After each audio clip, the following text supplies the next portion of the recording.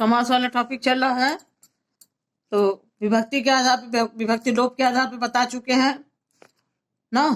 कर्म से लेकर अधिकरण तक का ये क्लियर हो गया है। उसके बाद ये तीनों तत्पुरुष समास का ये तीनों क्लियर हो गया। कर्मधारय समास, द्विगु समास और नए तत्पुरुष समास क्लियर हो गया।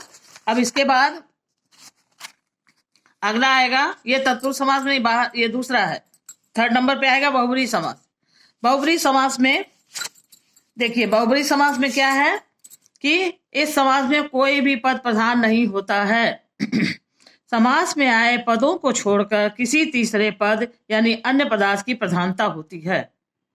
ठीक है, अभी हम बता रहे थे, कहीं पहला पद प्रधान होता है, कहीं दूसरा पद प्रधान होता है ना, कहीं ये पद प्रधान होता है, कहीं ये पद प्रधान होता है, और कहीं दोनों प्रधान होते हैं, कहीं दोनों नहीं होते हैं ना।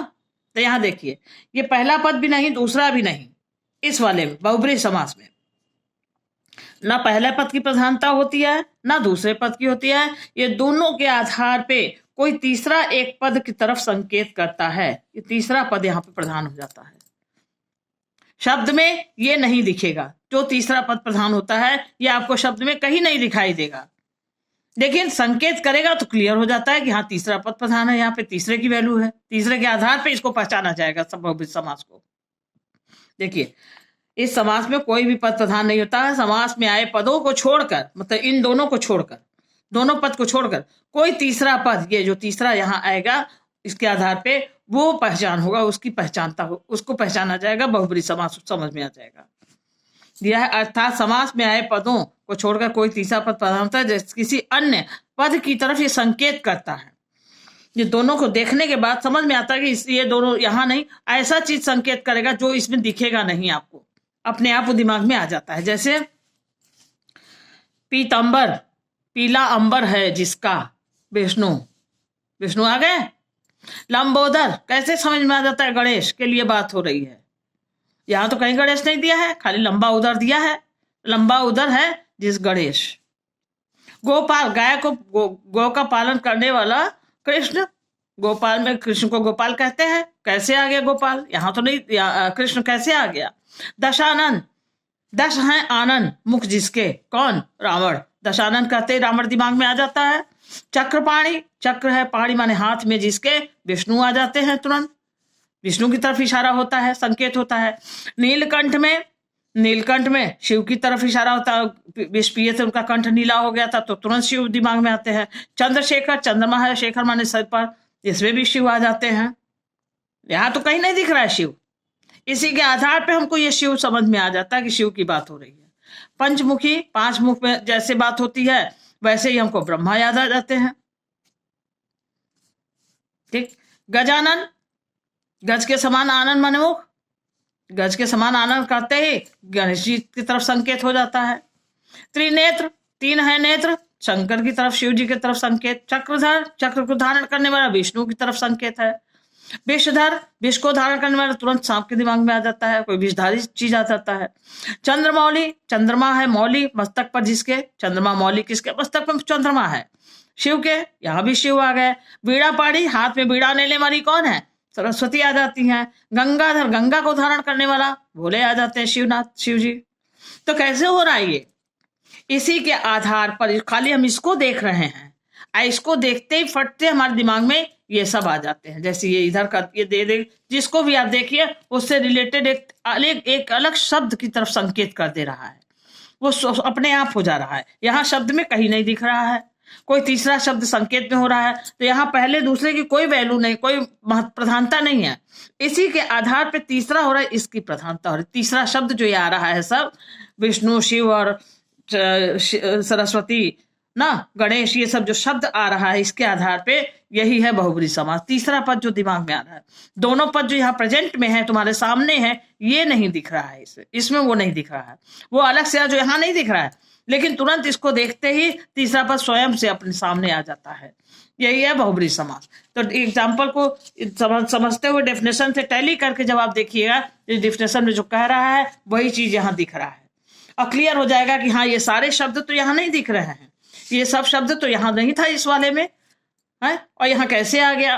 तो विग्रह करने पर समझ में आ जाता है कि ये है। जब इस इसका ये जो विग्रह वाला दिया जाएगा तो इसका आप ये सामासिक शब्द बनाइएगा। तो लंबे शब्द को छोटा करना, संक्षिप्तीकरण करना, यही है समास। इतना लंबा ना लिख करके एक वर्ड में लिखा गया, इतना लंबा ना लिख के एक वर्ड में ये समास हो गया। ठीक है, सामासिक शब्द बन गया। एक और है, अंतिम है ये द्वंद्व समास। द्वंद्व समास में क्या होता है, ध्यान से देखिए। द्वंद्व समास में होता है, इस समास में दोनों पद प्रधान होता है। देखिए, अभी तो पहला पद प्रधान था, किसी में दूसरा प्रधान था, किसी में दोनों प्रधान नहीं था ना। अब यहां देखिए, यहां दोनों की दोनों की प्रधानता, दो पद है, ये भी दोनों की प्रधानता है। ठीक है, और जो आखिर उत्तर पद है, जो बाद वाला पद है, इसके जो लिंग होंगे ना, पुल्लिंग है तो पूरा शब्द पुल्लिंग के नाम से जाना जाएगा। ये अगर स्त्रीलिंग है तो स्त्रीलिंग के नाम, मतलब इसके आधार पर उसका लिंग आधारित होगा, पुल्लिंग है कि स्त्रीलिंग है वो शब्द। जैसे इस समास में दोनों पद प्रधान होता है, दोनों का लिंग अंतिम पद के अनुसार होता है। अंतिम पद के अनुसार मतलब ये इधर वाला बाद वाला है, इसका जो जो लिंग होगा, पुल्लिंग होगा तो पुल्लिंग, स्त्रीलिंग हो तो इस पूरे शब्द को समझा जाएगा। विग्रह करने पर योजक चिन्ह या अव्यय शब्द लगाए जाते हैं। विग्रह करने पर मतलब पूरा पद है, इसको जब हम अलग करते हैं तो दोनों को अलग करने के बाद यहाँ पे एक छोटा सा चिन्ह, विग्रह योजक चिन्ह किसको कहते हैं, ऐसे जो लगता है छोटा सा डॉट लगता है ना, ऐसे करके ऐसे एकदम छोटा सा डैश लगता है, ये योजक चिन्ह होता है। या अव्यय शब्द लगाए जाते हैं। अव्यय अविकारी शब्द जो हर जगह प्रयोग होते हैं, अभी हम इसके पहले कहीं आया था, बताए थे आपको अच्छे से ना, वो अव्यय शब्द लगता है। एवं, तथा, अथवा, या ना, और ये सब अव्यय शब्द लगाए जाते हैं। दोनों जब अलग करते हैं, इसको एक साथ रहता है ऐसे, और जब इसको दोनों को अलग करते हैं, यहाँ तो या तो योजक चिन्ह लगता है ये वाला ना, और यहाँ बीच में और एवं, तथा, अथवा लगता है। ये एग्जाम्पल हम लिखे हैं, देखिए आपको दिख रहा है ना। धर्माधर्म, धर्म और अधर्म, देखिए दोनों मिला हुआ है, और जब हम इसको अलग करेंगे तो धर्म और अधर्म, यह जोड़ने में ये और हट गया था, ये योजक चिन्ह सब। और भी लिख सकते हो, या भी लिख सकते हो, एवं भी लिख सकते हो, तथा भी लिख सकते हो, सबका मतलब वही है। इसको अलग करें तो कोई भी योजक शब्द लगा दे, या माता पिता ऐसे भी लिखते हैं, माता लिख दिए ऐसे डैश करके, यहाँ पिता लिख दिए, ये योजक चिन्ह हो गया, ये योजक चिन्ह हो गया।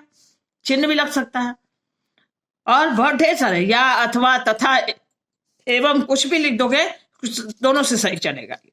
हम सब में और लिखे, आप कुछ भी लिख सकते हो, लेकिन यही एवं, अथवा, या, तथा, इस तरह के शब्द यहाँ योजक शब्द सब है, ये यहाँ लिखा, अव्यय शब्द सब है, यहाँ लिखा जाएगा। माता पिता, माता और पिता, या माता या पिता, माता और पिता, माता पिता योजक शब्द लग जाएगा। गौरी शंकर, गौरी और शंकर, गौरी तथा शंकर। दाल भात, दाल और भात, दाल या भात, कुछ भी, या भी लगा और भी लगा, तथा भी लगा, दाल और दाल तथा भात। लक्ष्मण, राम और लक्ष्मण, राम लक्ष्मण, राम लक्ष्मण, ऐसे योजक चिन्ह भी लगा के लिख सकते हो। राम लिख दो फिर डैश लगा दो, लक्ष्मण लिख दो, योजक चिन्ह हो गया। योजक चिन्ह या अव्यय शब्द यहाँ दिया हुआ है, देखिए ध्यान दीजिए। योजक चिन्ह विग्रह करने पर या अव्यय शब्द, ये इसको लगा करके इनको अलग किया जाता है। और जब जोड़ते हैं, सामासिक शब्द बनाते हैं, तो ये योजक चिन्ह भी हट जाएगा, और ये और, या, अथवा, तथा जो भी लगा ये भी हट जाएगा, दोनों एक साथ लिख दिए जाते हैं जोड़ करके ऐसे। पाप पुण्य, पाप और पुण्य। सीताराम, सीता और राम। रात दिन, रात और दिन। छोटा बड़ा, छोटा और बड़ा, यहाँ दिया है। परस्पर विलोम शब्द भी हो सकते हैं, मतलब ये दो शब्द जो हैं आपस में एक दूसरे के विलोम भी हो सकते हैं। विलोम माने उल्टा, हाँ उल्टा। जैसे पाप पुण्य, पाप और पुण्य। रात दिन, रात और दिन। छोटा बड़ा, छोटा और बड़ा। सही गलत, सही या गलत और गलत, तथा गलत, कुछ भी लिख सकते हो यहाँ बीच में जो अव्यय शब्द है सब। ऊंचा नीचा, ऊंचा या नीचा, ऊंचा और नीचा, ऊंचा तथा नीचा, कुछ भी कर सकते। लाभ हानि, लाभ और हानि।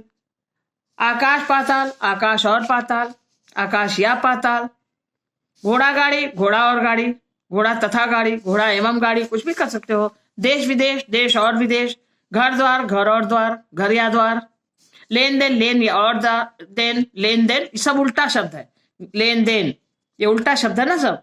लेन देन उल्टा है, ये देखो लाभ हानि उल्टा है, ऊंचा नीचा उल्टा, सही गलत उल्टा है, छोटा और बड़ा उल्टा है, रात और दिन, ये सब उल्टा शब्द है, विलोम शब्द। तो दिया है ना कि अव्यय शब्द लगाए जाते हैं, ये परस्पर विलोम शब्द भी हो सकते हैं। मतलब आपस में जो दो शब्द जुड़े हुए हैं ये आपस में विलोम भी हो सकते हैं, उल्टा भी हो सकते हैं। तो उल्टा के उदाहरण यहाँ दे दिए हैं इसीलिए समझने के लिए कि आपको पूरा क्लियर रहे। यहाँ तक देखिए सब विलोम का उदाहरण भी लिख दिए हैं जिससे आपको विलोम शब्द वाले में कंफ्यूजन ना हो। और यहाँ तुम आप और भी, तथा भी, एवं भी ना कुछ भी लगा सकते हो, अथवा भी, इस तरह से जो सेट बैठे उसको यहाँ पे लगा दीजिए, हो जाएगा। यही है द्वंद्व समास। हाँ, एक चीज और, द्वंद्व और द्विगु समास में हमेशा कंफ्यूज होता है। हमेशा जब दोनों का पहचान में गड़बड़ा जाते हैं, समझ नहीं पाते क्योंकि दोनों में दो शब्द है ना, दोनों द से है, दोनों में दो लगा है, तो उसमें गड़बड़ा जाता है सबका। उसमें क्या पहचान बनाना है, जो हम बनाए थे अपने मन से उसको एक पहचान बना दिए। द्वंद्व मतलब लड़ाई, द्वंद्व मतलब लड़ाई होता है ना, झगड़ा करना, लड़ाई करना, लड़ाई को कहते हैं द्वंद्व। तो द्वंद्व किससे होता है? अकेले तो कोई करेगा नहीं, कोई न कोई रहेगा ना, अकेले तो कोई नहीं लड़ेगा, दो आदमी तो कम से कम रहे झगड़ा करने के लिए। यही पहचान बनाए है। बस जहां देखो कि दो हैं, दोनों को एक रेफरी बैठा करके ये अलग किया गया, ये रेफरी है। अव्यय शब्द जो लगा है या योजक चिन्ह जो लगा है ये रेफरी है, दोनों का झगड़ा छुड़ा रहे हैं, लड़ाई छुड़ा रहे हैं।